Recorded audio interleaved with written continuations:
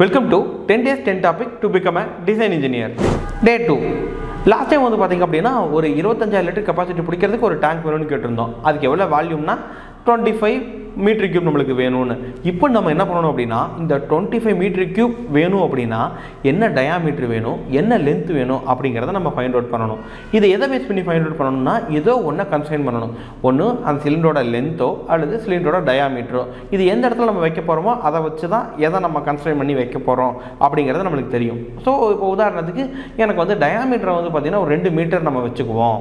And then length நம்மளுக்கு தெரியாது அப்படின்னா நம்ம ஃபைண்ட் அவுட் பண்ணணும். ஜென்ரலாக இந்த சிலிண்டருக்கு வால்யூம் கண்டுபிடிக்கிறதுக்கு ஃபார்முலா வந்து πr²h நிறைய பேருக்கு தெரிஞ்சிருக்கும். அதுவே படுக்க வச்சுருந்தீங்கன்னா πr²l.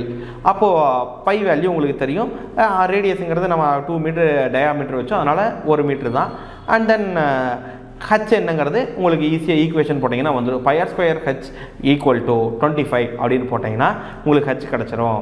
அப்போது ஒரு வெசலோட டயாமீட்டர் ப்ளஸ் லென்த்தும் உங்களுக்கு கிடச்சிரும். இது கிடச்சதுக்கு அப்புறமா தான் நீங்கள் வந்து பார்த்தீங்கன்னா இந்த டிசைன் டேட்டா வச்சு தான் நீங்கள் டிசைனே அடுத்து பண்ண போக முடியும்.